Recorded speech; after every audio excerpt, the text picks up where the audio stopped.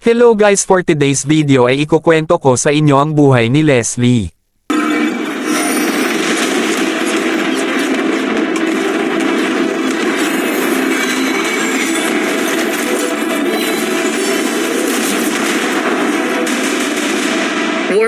Si Leslie ay ipinanganak sa isang tanyag na pamilya ng mga assassins.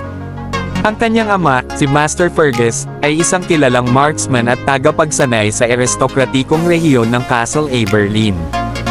Dahil dito, lumaki si Leslie sa isang kapaligirang puno ng disiplina at pagsasanay.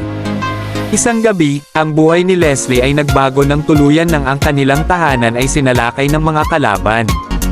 Habang ipinagtatanggol ni Master Fergus ang kanilang bahay, nagawa niyang maitakas si Leslie, ngunit siya mismo ay nasawi sa labanan. Ang trahedyang ito ay nagdulot ng matinding kalungkutan kay Leslie, ngunit lalo rin itong pinatatag ang kanyang determinasyon na maghiganti. Matapos ang pagkamatay ng kanyang ama, kinupkop si Leslie ng mga kapatid ni Master Fergus.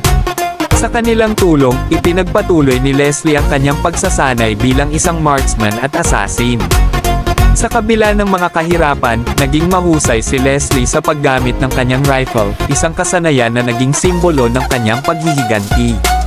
Sa kanyang paglaki, sinimulan ni Leslie ang kanyang misyon na hanapin at parusahan ang mga taong pumatay sa kanyang ama.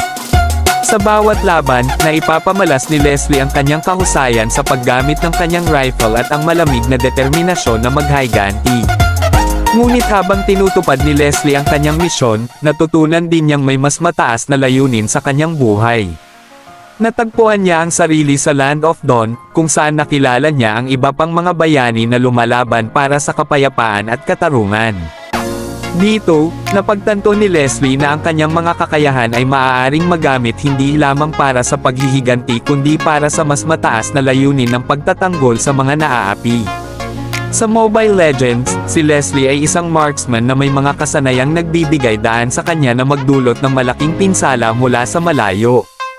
Ang kanyang kakayahan sa paggamit ng rifle ay nagbibigay sa kanya ng advantage sa pag-atake sa mga kalaban mula sa ligtas na distansya, habang ang kanyang mga stealth abilities ay nagpapahintulot sa kanya na magtago at umatake ng biglaan.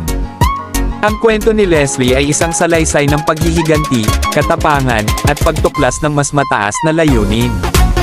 Ang kanyang karakter ay nagiging inspirasyon sa mga manlalaro na naghahanap ng pag-asa at lakas sa gitna ng trahedya at pagsubok. Sana ay nagustuhan nyo ang ating kwento for today's video, at kung gusto nyo pa ng mga ganitong content ay pwede mong i-click ang follow button at like and share mo na din itong video natin. Maraming salamat mga idolo.